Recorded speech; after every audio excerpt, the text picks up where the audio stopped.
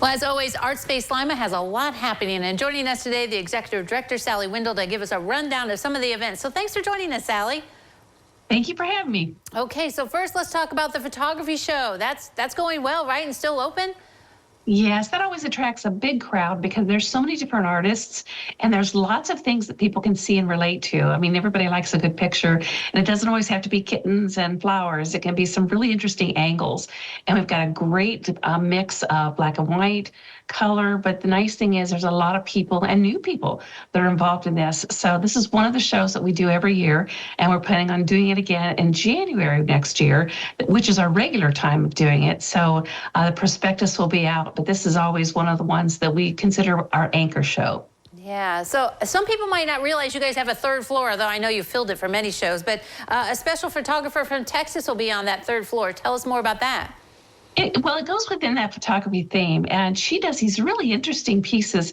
They are pictures of people standing in a context that relates to maybe their uniform or their clothing, and then she adds text at the bottom. And Diane Duran is from Texas, and so she's got this kind of Western look to some of her photography, but she's very whimsical. And I think people, when they see the picture, they get one feeling or definition, and then when they see the words or the text, it changes it. So her things are really kind of an inspiration for people who like to use text and photography.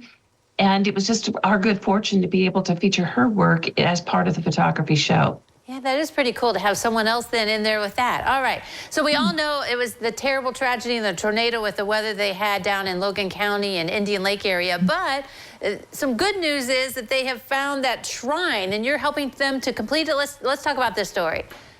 Yeah, this was a really interesting, it was almost something that turned out to be, I guess, an earlier plan, because the Fatima Shrine was 60 years old, and they were planning to redo it. And then when the tornado hit in March, tragically, she was lost. And there was so much outpouring of help and care and concern that the family has decided to have a contest and ask professionals, amateurs, everyone to contribute to what they think the new shrine should look like. And we've had wonderful entries, and it's going to be exciting to go through these. But the last day to enter your idea is August 15th. And we have all the information on our website that you can always fill out. If you have any questions, you can call us. But it's nearing the end, and we'll be excited to announce what the new shrine and the new area at Indian Lake will look like. Wow, that is neat. Kind of cool that we can turn something tragic into something better. So that's really neat. All right, Absolutely. So ceramics classes still pretty popular? Yes, we keep having lots of inquiries on pottery. Everyone wants to find out how that wheel works, and we have a great teacher, Jake Collins. And so in September, we have 2 more classes, and we've just opened them, and it will be September 7th and September 14th, and we're hoping to get a few more. Usually we have to stop it at 8 just to make sure that everybody has equal time with the instructor.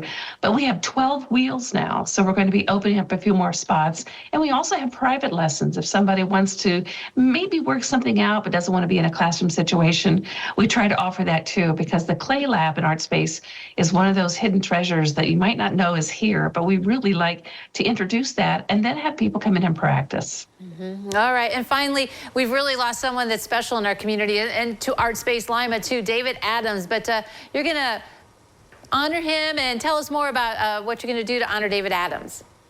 Well, in 2021, we had a large retrospective, and we have probably the lion's share of David's artwork, and he had dedicated it to us and donated his books and his sketches, and to really fully honor him. And for ArtSpace, we're going to put up a temporary display that will have a cross-section of his boards, his lino cuts, wood cuts, and prints, and also his animation, which he loved to do. And he always volunteered his time to work in any camp or any gathering we had to do cartooning. So we got together and we figured what better way to honor him is not only in an exhibit, but we're going to set up a scholarship, because that's one of our most popular camps, is the animation camp.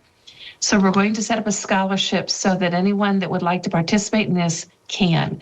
And that we'll be taking donations. We'll make sure the announcement is out to everyone But again, it's to honor David and all that he's done. And he's certainly, yes, a treasure. And we've learned a lot and done a lot and gained momentum just from his inspiration. So this is a very sad time, but we're trying to turn this into something very positive as well. Right, yeah, and he'd love that he's helping kids with a camp like that.